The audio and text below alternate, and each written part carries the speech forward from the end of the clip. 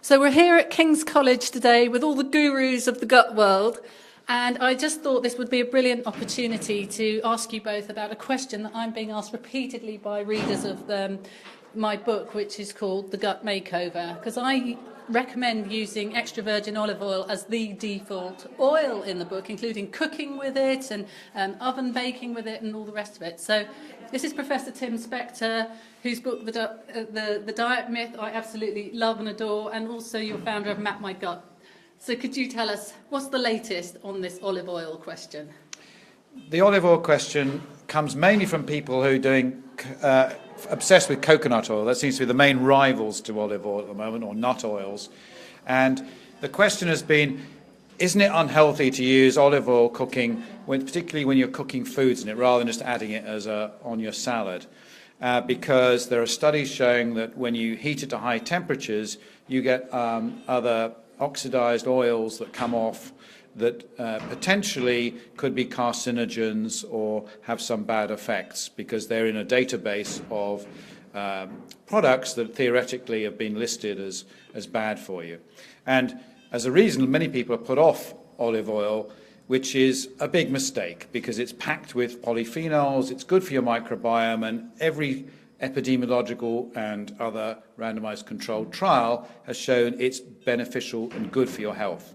And I point everyone to one study, the Predimed study, which was done on 7,000 Spaniards aged in their 60s, and they were randomized for 5 years to either take extra amounts of extra virgin olive oil, where they were having about an extra litre a week of this stuff. They were putting on everything, cooking with it, doing everything they could with it, as opposed to a low-fat group who were having other vegetable oils and no olive oil at all. And at the end of those 5 years, there was a massive difference between the groups, and the groups using the high-fat olive oil had a third less heart disease, diabetes, stroke, and importantly, a third less breast cancer.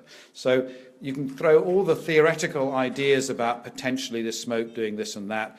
The trials are absolutely conclusive that if you have a lot of olive oil in your diet, you're going to live longer and have less disease. So I tell people, relax, stay cool, feed your microbes, give them olive oil.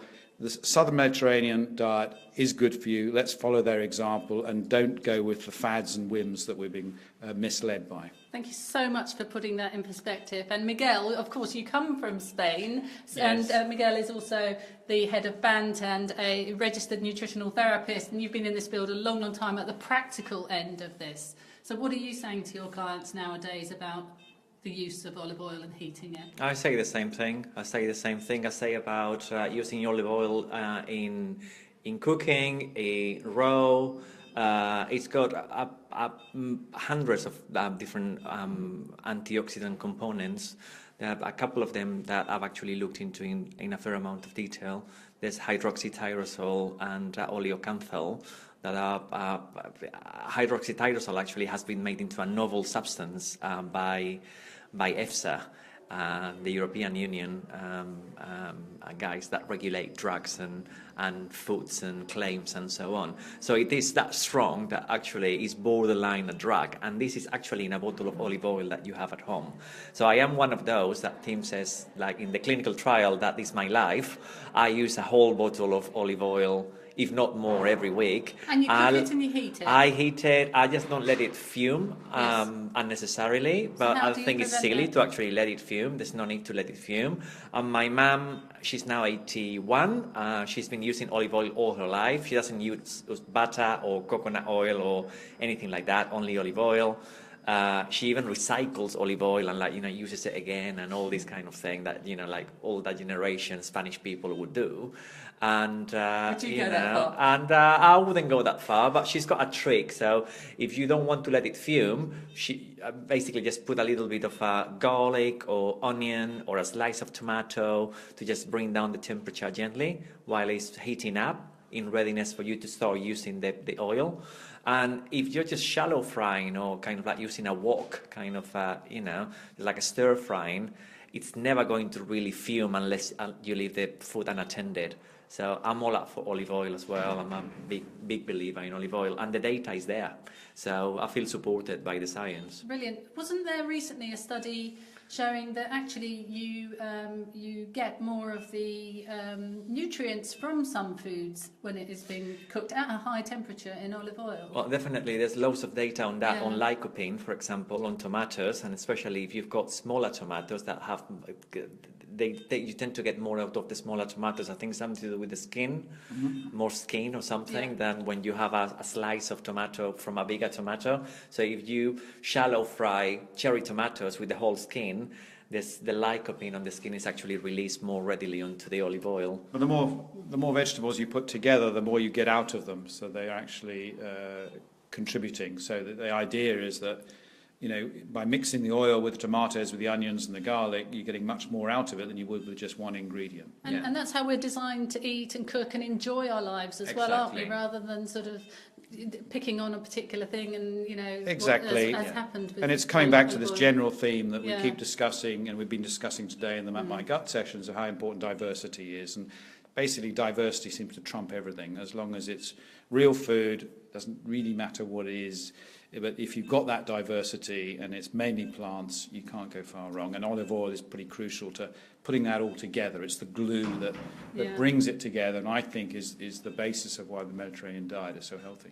So just coming back to that point, and this is the last one with diversity, how would you describe that to somebody who just sort of eats pretty normally and they think their diet's all right? What are you talking about when you talk about diversity? What tip would you say?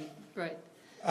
Eat as many diverse types of plants as you can. So even if you've got a healthy plan, don't stick to the same bit of prawn cocktail every single day. Try and eat something new every day and try and have as many ingredients, and whether it's herbs, it's nuts, it's seeds, it's mixing things up, trying things new, being adventurous, not being stuck in a rut. And the more diversity of plants you can eat every day, and diversity of fermented foods as well, the more diverse your microbes will be, and the more healthier you're going to be. So basically just bombard your body with loads of nutrients. Exactly. Yeah, and basically that gives you this natural protection, and then you can lapse for a while and go and have the occasional bit of junk food, as long as you've got Yes. that basic high fibre diverse cushion in there. It gives this enormous protection. So Yeah. if everyone had that, it's like a suit of armour. Yeah, brilliant. Well, thank you so much.